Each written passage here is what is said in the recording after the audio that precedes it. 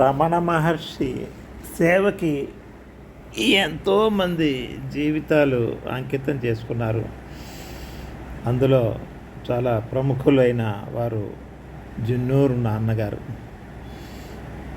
జిన్నూరు నాన్నగారు సెప్టెంబర్ 23వ తారీఖు అంటే ఈరోజు 1934 సంవత్సరం గోదావరి జిల్లాలో కొమ్మర అనే గ్రామంలో జన్మించారు.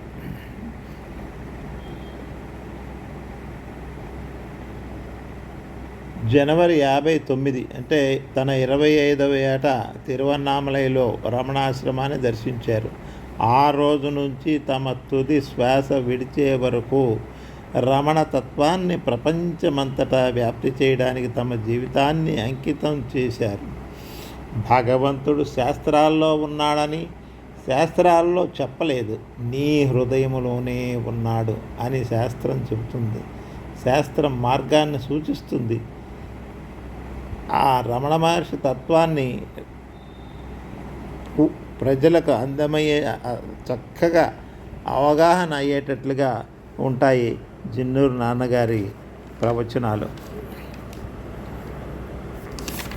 చిన్నప్పుడు అంటే తన 20వ ఏట అమ్మమ్మ గారితో కలిసి ఋషికేశ్ వెళ్ళి శివానంద స్వామిని కలిశారట.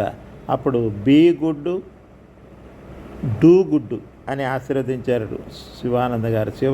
చివరిదాకా నాన్నగారు ఆ సూత్రాన్ని పాటించారు. 1982వ సంవత్సరంలో అరుణాచలంలోని రమణాశ్రమంలో ఉండగా భగవాన్ అనుగ్రహంతో నాన్నగారికి ఆత్మానుభూతి కలిగిందట.